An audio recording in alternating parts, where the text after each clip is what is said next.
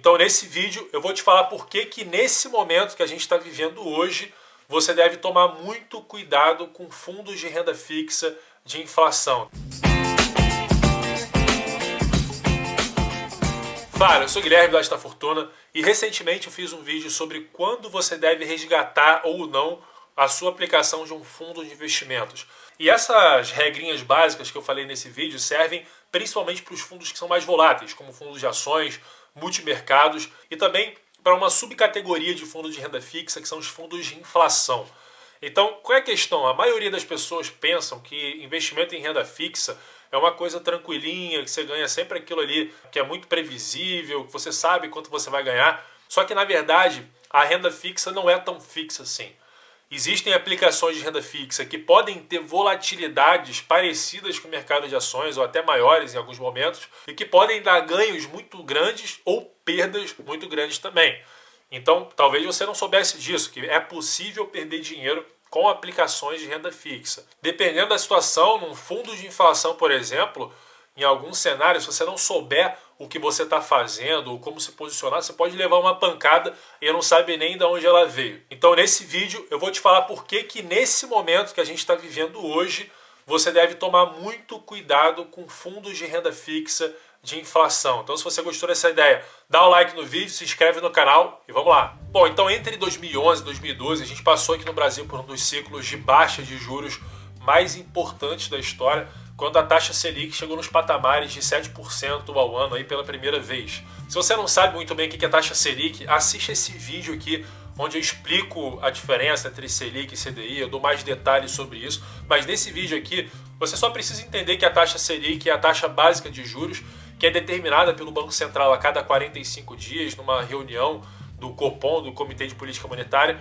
e que eles utilizam a taxa Selic, a taxa básica de juros, para controlar a inflação. Então, quando a inflação está alta, eles aumentam a taxa Selic, né, começam a aumentar gradualmente. Quando a inflação está baixa, geralmente a economia está crescendo menos e tal, eles reduzem a taxa Selic gradualmente. Então, a taxa Selic passa por ciclos de alta e ciclos de baixa, que geralmente são muito longos, duram alguns anos, alguns meses pelo menos. Então, lá nesse momento, em 2012, quando os juros caíram bastante, eu lembro bem, tinha um fundo de inflação dando lucro de 30%, 40%, 50% no ano. Era bizarro. Você olhava para a lâmina do fundo e pensava, cara, isso aqui é um fundo de renda fixa ou é um fundo de ações, né? E por que isso acontece? Geralmente um fundo de inflação compra para ele, na carteira dele, títulos de inflação, como por exemplo o Tesouro IPCA, né, que rende IPCA, a inflação, mais uma taxa pré-fixada. Por exemplo, IPCA mais 6%, IPCA mais 5%, IPCA mais 7%. Então esse tipo de título tem mais lucro, o preço dele aumenta quando a taxa de juros cai. Num movimento de alta de juros, esse tipo de título costuma ter rentabilidade muito baixa ou até negativa. Isso pode acontecer. No movimento de queda de juros, ele costuma ter retornos muito altos, tá? Muito mais do que aquilo que você esperava. Então as pessoas viam nas lâminas desses fundos lá com rentabilidades absurdas e elas queriam aplicar neles, porque elas estavam olhando para o retrovisor e falando, cara, tá rendendo 30%, 40%, eu quero botar dinheiro nesse fundo, é renda fixa, olha só que beleza.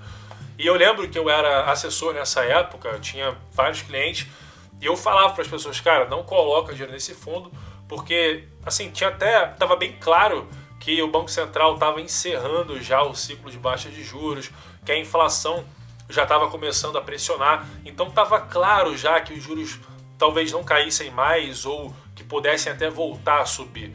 E sabendo disso, a gente falava, cara, os juros vão voltar a subir e se você tiver aplicado nesse fundo, você vai perder dinheiro, você pode ter prejuízo nele. Mas as pessoas não acreditavam, porque elas olhavam para a lâmina e falavam, cara, mas olha só, está rendendo 40% e é renda fixa. Então, algumas pessoas ouviram, outras infelizmente não ouviram, e essas que não ouviram amargaram prejuízo em 2013. Então, talvez você ainda não soubesse disso até agora, mas sim, fundo de renda fixa pode dar prejuízo. Então, dá uma olhada na rentabilidade desse fundo aí na tela, que é o BNP Paribas Inflação. Eu peguei esse fundo só porque é um fundo que tem bastante tempo, é um fundo de inflação que tem bastante tempo, não estou recomendando ele para vocês, nem desrecomendando, tá? Mas você vê o seguinte, que em 2012 o fundo teve uma rentabilidade excelente de 27,34%, um fundo de renda fixa inflação, justamente por conta dessa queda de juros. E depois, em 2013, olha o que aconteceu, ele teve um prejuízo de 10,68%.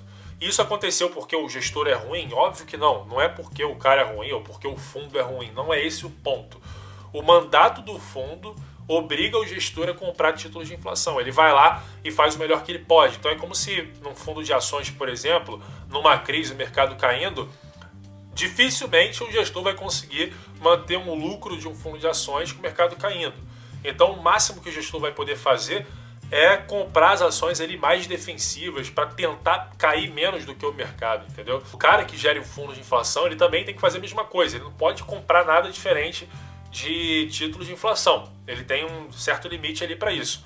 Então, quando a situação está ruim para ele, ele busca ali os títulos que talvez vão perder menos do que outros títulos, para ele perder menos do que o benchmark dele, que nesse caso, no fundo de inflação, geralmente é o IMAB. E qual que é o momento que a gente está agora, né? O que está acontecendo nesse momento? A gente está num cenário de juros muito baixos, 6,5% é a menor taxa de juros da história da Selic, né? Então a gente vem de um ciclo de baixa de juros. A taxa está estabilizada em 6,5% já há muito tempo, há vários meses, tá? E pode ser que caia mais um pouco aí por conta de reformas que o Brasil pode vir a fazer e tal. Pode ser que caia mais um pouco, mas a gente já está num patamar muito, muito baixo. Qualquer suspiro, pode ser que uma crise que aconteça, algum problema político e tal, pode ser que os juros dê um spike para cima, tá? Então a gente também tem os fundos de inflação hoje com muito lucro. Em 2018 esse mesmo fundo deu 12,72%. Se a gente olhar os últimos 12 meses, no momento que esse vídeo está sendo gravado, o fundo deu 29,55%. Então um fundo de inflação dando muito lucro, ou seja, um cenário muito parecido com 2012, 2013. A única diferença é que a gente está na iminência de algumas reformas serem feitas, né? O que faz com que a taxa de juros possa cair um pouco mais. Mas a gente já está, de novo, no fundo de um ciclo de baixa de juros. Então, por conta disso, é preciso tomar cuidado. Você pode ainda ter exposição em fundo de inflação? Óbvio que você pode, mas você tem que tomar cuidado com isso, né? E esse foi um dos motivos, inclusive, que eu citei lá no vídeo sobre quando você deve resgatar de um fundo de investimentos, que é quando você está num fundo e a situação econômica muda, e aí aquele fundo não cumpre mais o propósito, ele não se adequa mais à nova situação econômica. Você tem que, talvez, diminuir a exposição naquela classe de ativos para num outro momento você pode até voltar para essa classe de ativos, mas você precisa, em vários momentos ao longo da vida, rebalancear a sua carteira. Quando você traça um plano, por exemplo, para atingir a sua liberdade financeira, ele não é um plano rígido em que você monta uma carteira e esquece por 20 anos. Não é assim que se faz. Se você pega um avião para algum lugar, esse avião ele sai da rota o tempo inteiro. O piloto precisa o tempo inteiro, o piloto automático, ficar reajustando, trazendo o avião de volta para a rota, porque o cara tá ali, bate um vento, joga para lá, e você sabe que se muda 1 grau aqui na direção do avião, ele chega em outro aeroporto totalmente diferente daquele que ele gostaria de chegar. Então o cara precisa ficar ajustando a rota o tempo inteiro. Com investimentos é a mesma coisa. Você monta uma carteira hoje, daqui a 6 meses pode não ser a melhor carteira. Então você tem que fazer um ajuste de novo. Aí você encontrou a melhor carteira para você. Daqui a 6 meses talvez seja outra carteira que você precise ter. Então você precisa reajustar a rota também o tempo inteiro, beleza? E para te ajudar nisso, se você quer entender como que você faz para traçar um plano para conquistar sua liberdade financeira, eu vou fazer o seguinte: eu vou colocar aqui no primeiro link da descrição o link para uma aula gratuita do meu amigo André Fogaça sobre como conquistar sua liberdade financeira em 3 simples passos. Então, são os 3 passos que todo mundo que conquistou a liberdade financeira precisou dar para atingir esse objetivo, beleza? Então é gratuito, basta você ir lá na descrição, clica no link, marca o melhor dia e horário para você e assiste a aula, fechado? Então, se você gostou desse vídeo e acredita que ele pode ajudar outras pessoas, cara, além de você curtir, porque curtindo o YouTube entrega, mostra esse vídeo para mais gente, você também pode compartilhar com seus amigos e familiares que você acredita que vão gostar também dessa informação. E além disso, você me ajuda muito também se inscrevendo no meu canal, né? Porque também, quanto mais inscritos, mais esse vídeo se propaga. E também você pode assistir esses outros vídeos aqui que eu estou te recomendando. Eles podem complementar o seu conhecimento, fechado? Então, até o próximo vídeo. Valeu!